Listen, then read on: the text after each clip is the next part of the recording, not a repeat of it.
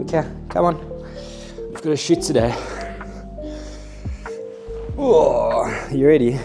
Good morning and welcome to another episode of The Money Brew. Today we are going to be talking about making that first investment. And I mean actually making that first investment, going into an investment platform and placing your first trade. There are a bunch of different online platforms that you can trade on. Today's tutorial, we're going to be discussing eToro. I've used a range of different platforms and I still hold a bunch of different platforms with different investments, but eToro, in my opinion, is one of the simplest to use.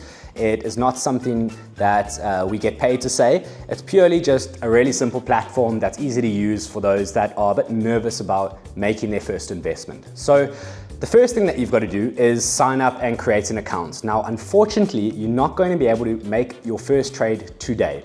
It's going to take a few days to verify your account. So what I would recommend is get that process started as soon as possible and let that verification take place over the next few days, and then you can start investing and you're ready to go. Yeah! So with that being said, I have included a referral link below in the description, which you can click and go straight into setting up your account. And as an added benefit, if you use the referral code below, I am going to give you the opportunity, if you so wish, to have a 30-minute introductory call, which is basically just a chance to ask any questions. If you're feeling really nervous about making that first investment, you're feeling a bit uneasy on the platform, if you use my referral code below, we can have a 30-minute call where you can ask me any questions about the platform or investing as a whole. Now remember, this isn't financial advice. This is simply just some tips and tricks that I've learned over my personal journey that can hopefully help you in achieving financial freedom. Now it is about setting up that account. So there are a bunch of different tutorials. We've included a link below with a really simple 2 to 3 minute video that really just shows you how to set up that initial account, which is a combination of obviously all of your personal details. There'll be a few questions around your experience with investing, so the platform understands, is this the first time that you're investing? Are you a seasoned investor? And really, do you understand the risks involved in investing in the stock market?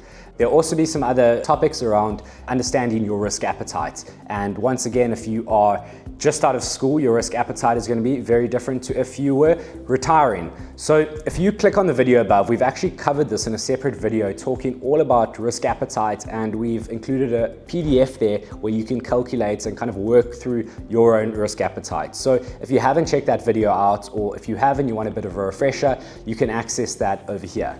So once you've gone through that process, there's going to be a verification process for a few days, which will be verifying all of the documents that you've uploaded. So just let that be, and once you are verified, we are ready to go. Today's video, which is really exciting, is going to be talking about actually making that first investment. Now, we had a comment in one of our previous videos on our Instagram channel where someone said, Matt, if I had to invest, what is that first investment that I should be making? So this video is not only to you, but all of the others that have that same question that are just a bit nervous to take that first step. Now, that could be because you are overwhelmed by the platform and seeing terminology that you're not used to. It could be, the stigma around finance being a very complicated topic. Whatever the barriers are for you into making that first investment, hopefully today, through a bit of a hand-holding exercise, we're going to walk through it and really understand that it is a really simple process.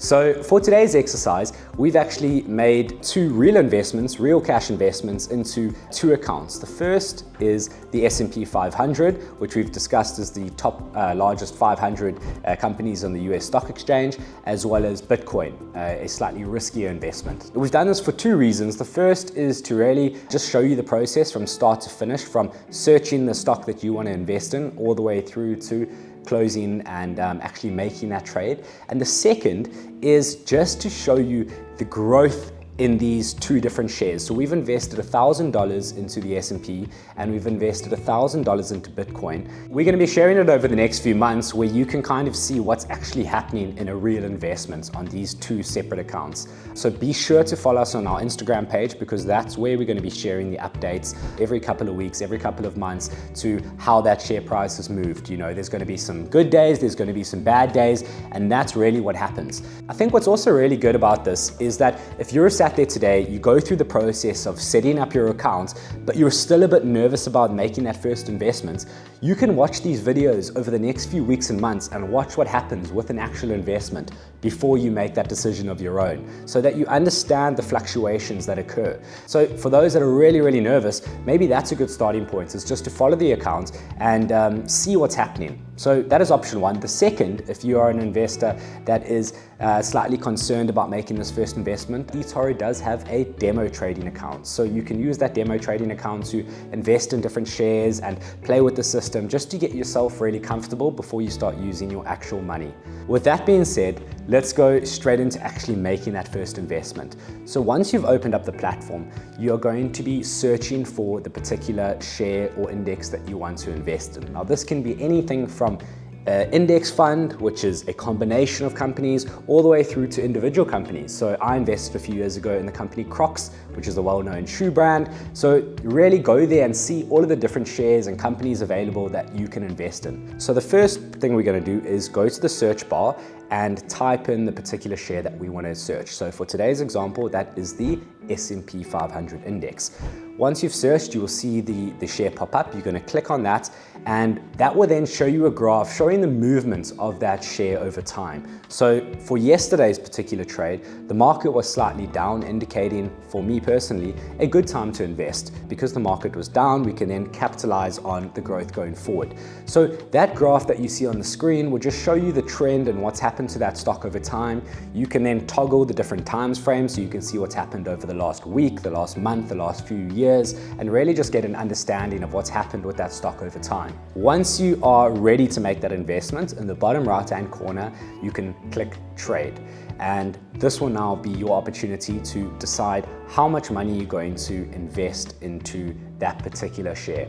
Now, for some of these shares, there's going to be a minimum investment amount. Now, that will obviously depend on which share or investment that you're making. So just have a look and it will show you on screen what that limitation is. Now, you're first going to show the investment that you want to make. Let's call it, in this example, $1,000. Now, this is where a lot of people get to and they get nervous. Why? Because all of these other terminologies and unknown terms pop up on the screen.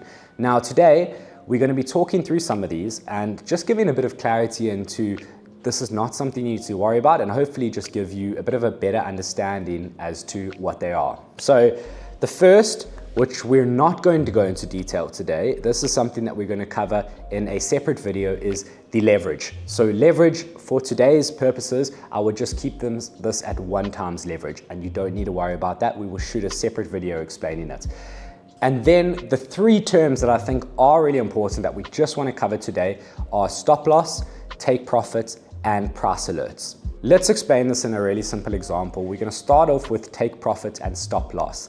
How I see this is really it creates a ceiling and a floor to your stock price.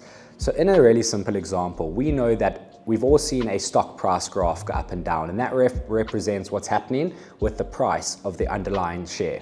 What you're doing when you're adding in a take profit or a stop loss is it creates a ceiling and a floor to that amount so that it automatically triggers the sale of that share when it hits a particular value. So in an example, let's say a share is currently sitting at $10 or 10 dirhams or 10 Rand, and it's been fluctuating between kind of 9 and 11 over the last few years. If you were to add in a take profit of say 12 and a stop loss of say 7, what that means is that when that price of the share goes up and down and it hits one of those values, it's automatically going to trigger the sale of that share. So it's moving from 10 to 11 down to 9, and as soon as it jumps up to 12, it's going to automatically sell that trade for you. Hey, that's pretty good. So when does this become useful? Let's say you're on holiday or you're asleep at night and there's a big change in that particular share, or you've just forgotten about that and left that share in that account. It could be a good way just to automatically close that trade if you are happy to take it at a particular profit. Equally, on your stop loss, this kind of limits your risk so you know what you're in for. If that stock goes down, you're limiting the amount that can be lost on that particular trade. If you have no stop loss in place, there is the possibility, like Steinhoff or like some other shares that have happened in the market, this could plummet to zero and you could lose a huge amount of wealth overnight. So if you want to be a bit more conservative, having that stop loss in place just limits your risk, okay? On the other side, it can also limit your potential gains. If that share price flies up, if you've got a take profit, it's automatically going to close that trade and you're going to lose out on all of that additional profit that you could have got.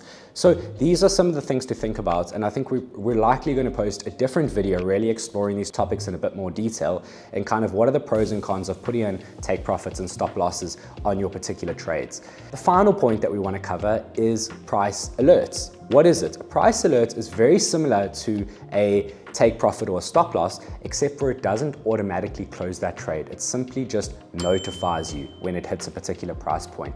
Now this could be really helpful. Let's say from a take profit perspective, in the same example, if we say we set our alert at $12 or 12 Rand or 12 dirhams or whatever currency you're working in, then what happens is when it reaches that price point, it just notifies us. It doesn't necessarily close the trade. And then you open up the app and it's up to you to make a decision at that point in time. Do you think it's kind of reached its peak and you should be closing that trade? Or do you think that there's room for future growth? So that's really what these different terms mean, and once you're ready, you can now go ahead and purchase that trade.